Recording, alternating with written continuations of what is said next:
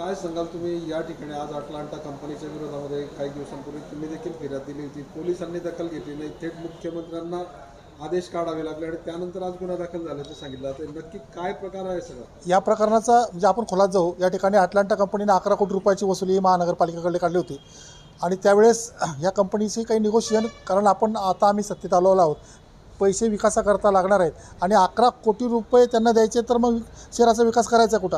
तर त्यावेळेस कंपनीकडनं अपेक्षित उत्तर राहिले नाही.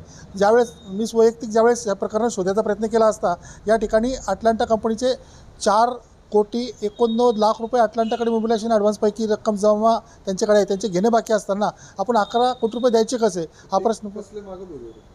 11 कोटी कशाची मागत होते? 11 कोटी हा वेगळा विषय आहे. ते विमानतळाचा विकासाचा तो विषय होता. त्याच्यातले त्यांचे महानगरपालिकेकडे 11 कोटी रुपये घ्यायचे बाकी होते. 11ही नव्हते, 3 कोटी रुपये काहीतरी समथिंग होतं. व्याज सरळ त्यांनी व्याज जे लावलं आहे ते 12% प्रमाण लावलेलं आहे. मात्र आम्ही जे प्रकरण जेव्हा उकरून काढलं त्यावेळी 4,89,00,000 रुपये व RBIच्या नियमाप्रमाणे 9% प्रमाणे साधारणतः 41 कोटी 30 लाख रुपये असं तर काही होत होतं. मात्र आता प्रशासनातर्फे जी फिर्याद देण्यात आलेली आहेत त्याच्यामध्ये ही रक्कम अधिक वाढलेली आहेत. 42,60,76,562 रुपये इतके घेणे हे अटलांटा कंपनीकडे आहे. माझी मी अगोदर या ठिकाणी तक्रार होतो. माझी मागणी अशी असेल की अटलांटा कंपनी जे कोण संचालक आहे त्या संचालकांना लवकरात लवकर तात्काळ त्यांना अटक करण्यात यावी.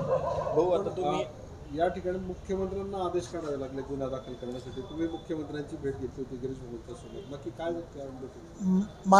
माननीय नामदार गिरीश भाऊ महाजन यांनी या प्रकरणाची अधिक माहिती जाणून घेतली होती आणि आमची हायकोर्टामध्ये केस होती. आम्ही सुप्रीम कोर्टात गेलो. सुप्रीम कोर्टाने आमचं म्हणणं ऐकून घेतलं आणि तेव्हा आम्ही हायकोर्टात गेलो. हायकोर्टात केस संपल्यानंतर संपूर्ण विवरण मंत्री महोदयांकडे केलं आणि त्यांनी मग माननीय आमदार राजू मामा भोळे आणि आम्ही सर्वजण माननीय मुख्यमंत्र्यांकडे गेलो आणि मुख्यमंत्र्यांनी या प्रकरणाची अतिशय गंभीर दखल घेऊन जळगावकर जनतेच्या घामाचा कष्टाचा पैसा परत आणण्यासाठी फौजदारी गुन्हा दाखल करण्याचे आदेश त्यांनी माननीय महापालिका आयुक्त ढेरे साहेब यांना दिले.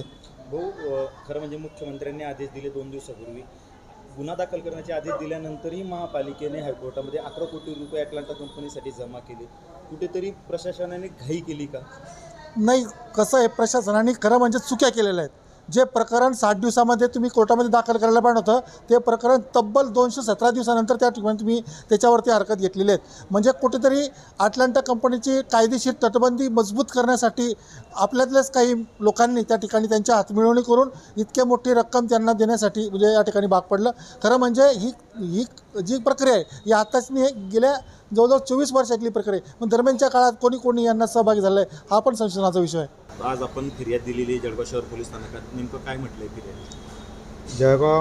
तत्कालीन जळगाव नगरपालिकेने 1997 ते 2001 या कालावधीमध्ये पेव्हरने रस्ते डांबरीकरण करण्यासाठी अटलांटा कंपनीला कार्यादेश दिलेले होते. या कार्यादेशांमध्ये अटलांटा कंपनीचा 24 करोड रुपये ॲडव्हान्स अदायगी करण्यात आलेला होता.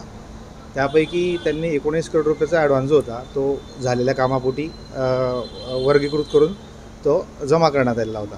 मात्र यामध्ये उरलेला जो ॲडव्हान्स आहे 4.79 कोटी रुपये तो अधिक 90 लाख रुपये जे रस्ते रिपेरी करण्याकरता खर्च झाला तो आणि 36 लाख रुपये दंड रक्कम असे एकंदरीत रक्कम त्यांच्याकडे थकीत आणि वसूलपात्र होती. सदरच्या वसूलपात्र रकमेसंबंधी माननीय आयुक्त साहेब यांनी तातडीने गुन्हा दाखल करण्याचे आदेश दिलेले होते. त्यानुसार त्यांनी मला प्राधिकृत पत्र दिलेलं होतं. त्यानुसार मी त्या 4,79,00,000 अधिक 90 लाख रुपये अधिक 36,50,000 असे व त्यावरचं चक्रवाढ व्याज असं एकंदरीत 42,60,00,000 रुपयाचा नुकसानीचा दावा आहे तो आम्ही त्यांच्यावरती दाखल केलेला आहे इथे फसवणुकीचा आणि ती तक्रार शहर पोलीस स्टेशनला आम्ही आज दिलेली आहे कंपनीच्या. प्रकरण बरंच जुनं आहे. आता एवढ्या वर्षानंतर हे प्रकरण का समोर येतं आणि त्या पाठीमागे मधल्या काळात काही पाठपुरावा केला गेला का या कंपनी? मधल्या काळामध्ये सन 2005मध्ये त्यांना नोटीस देण्यात आलेली होती आणि नोटीस देण्यात येऊन त्यांच्याकडनं ती रकमेची मागणी परत करण्यात आलेली होती.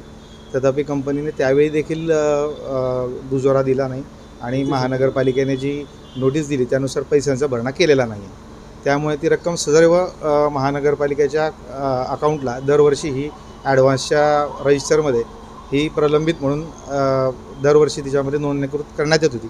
त्यामुळे ती वसुली करण्याच्या उद्देशाने आता सद्यस्थितीमध्ये आयुक्त साहेबांनी त्याच्यावरती गुन्हा दाखल करून ती रकमेबाबत तक्रार दाखल करण्याचं आम्हाला सांगितलं होतं. त्याप्रमाणे आज तक्रार दाखल केलेली. सर, तक्रार नेमकी कोणाविरुद्ध आहे? काही नावं दिली आहेत? तक्रार ॲटलांटा कंपनीचे जे काही संचालक असतील त्यांच्या विरुद्ध ती तक्रार राहील.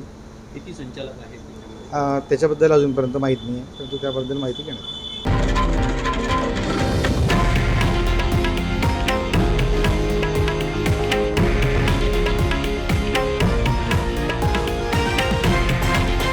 हे आहे देशातील नंबर 1 न्यूज नेटवर्क आणि आपण पाहत आहात TV9 मराठी, एकमेव.